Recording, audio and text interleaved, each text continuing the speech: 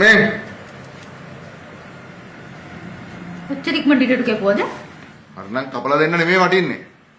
ඉස්කෝලේට ගේන්න කියන හැම එකම මතක් කරගෙන මල පාන්දර. මං අහන්නේ ටීචර් මොකක් හරි වැදගත් දෙයක් කිව්වහම ඒක මතක තියාගෙන ඉන්න කලින් දවසේ කියන්න බෑද? උදේ පාන්දර කිව්වහම ඉතින් මම මවන්න ඕන මෙතන. එක එක මල ඉලව්. මෙතන ඉරටු ගේන්න කියයි, ස්ට්‍රෝබට ගේන්න කියයි, බිස්ටල් බෝඩ් ගේන්න කියයි, ඒක මැටි පහන් ගේන්න කියයි. උඹලගේ ටීචර් තාම ඉල්ලන්නේ නැත්තේ න්‍යෂ්ටික බෝම්බයක් විතරයි. පුළුවන් නම් උදේ පාන්දර ඒකක් කියපන්. තාත්ති ටීචර් න්‍යෂ්ටික බෝම්බයක් ගේන්න කිව්වා කියලා. හරි අනේ. ඔයා ඉතින් කිව්වේ නෑනේ ඉරටු කොහෙන්ද කියලා. කොහෙන්ද ඉතින් අර පිටිපස්සේ වත්තර පැනලා ගස් බඩ ගාලා අතු කපලා සුද්ධ කරලා මේ වගේ ගානට මේ මිටියක් හදලා ගත්තේ. එච්චර දෙයක් කරන්න වෙලාව තිබ්බේ. අනික වේලලත් එක්ක. ඔව් වේලිච්චත් කැපුවාම අමුතෙන් වේලන්න ඕනේ නෑ. අනේ දීලා නැතුව කියන්නකො කොහෙන්ද ඉරටු කියලා. මම මැව්වා.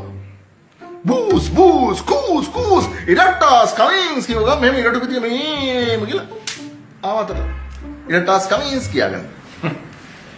ඉරට්ටාස් නෙවෙයි යන්නේ. ගිහිල්ලා ලෑස්ති වෙන්න මේ ළමයට ඉස්කෝලේ යන්න පරක් වෙනවා.